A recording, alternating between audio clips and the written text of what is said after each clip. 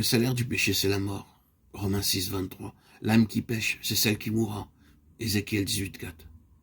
Parfois, nous encourons des pertes inattendues. Nous lisons dans 2 Rois 4, 38 qu'il eut une grande famine.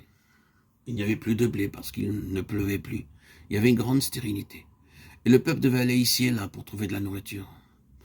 Il n'avait ni riz, ni blé, ni légumes. Il survivait au moyen d'herbes. La même condition se retrouve de nos jours dans le monde. D'un côté, les gens s'enorgueillissent de l'éducation mondaine et de la richesse, et de l'autre côté, ils se vautrent dans la souillure, dans des lieux de péché. Combien de temps passe-t-il dans les cinémas et les mauvais lieux? Combien de temps passe-t-il à lire des magazines souillés qu'ils transportent avec eux? Lorsque ces hommes, dans 2 Rois 4, 39, allèrent dans la forêt pour ramasser des herbes, ils ramassèrent des coloquintes sauvages. Nous avons trouvé quelque chose de merveilleux. Nous allons avoir un bon repas, disait-il, tout en cuisinant. Mais lorsque la nourriture fut servie et qu'ils commencèrent à manger, un homme sage constata quelque chose d'anormal dans la nourriture. Il s'écria, homme de Dieu, la mort est dans le pot. Nous allons mourir parce que nous avons mangé du poison. S'il vous plaît, aidez-nous, nous allons mourir sous peu.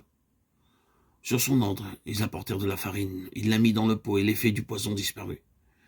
Le Seigneur Jésus-Christ déclare, je suis le pain de vie, en me mangeant, vous vivez éternellement. C'est le seul pain qui peut ôter de votre vie le poison causé par le péché. Je suis le pain vivant qui est descendu du ciel.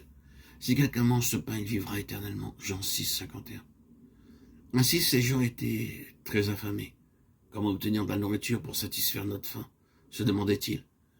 Un homme apporta 20 pains d'orge à l'homme de Dieu, et le prophète déclara, sers le peuple, 2 Rois 4, 43. Il y avait beaucoup d'hommes et juste 20 pains à partager entre tous. Alors naturellement, le serviteur dit, comment satisfaire leur faim avec 20 pains? L'homme de Dieu dit, donne à ces gens et qu'ils mangent, car ainsi par l'Éternel on mangera et on aura de reste. Alors ils mangèrent et mangèrent encore jusqu'à ce qu'ils en eurent assez. Ils furent rassasiés et il en resta en quantité. Il existe des poisons qui affectent votre estomac, vos nerfs et votre cerveau. Ils agissent très lentement. Il en est de même du péché.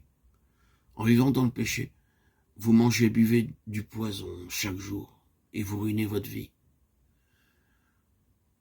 Nous vous exhortons ce jour à manger le pain de vie par la foi.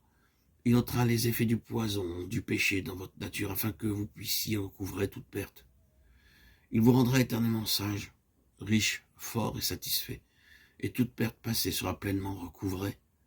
De même, tout le dommage de la perte causée par la folie, le péché et la souillure peut être réparé. Mangez seulement le pain de vie des mains de Jésus-Christ.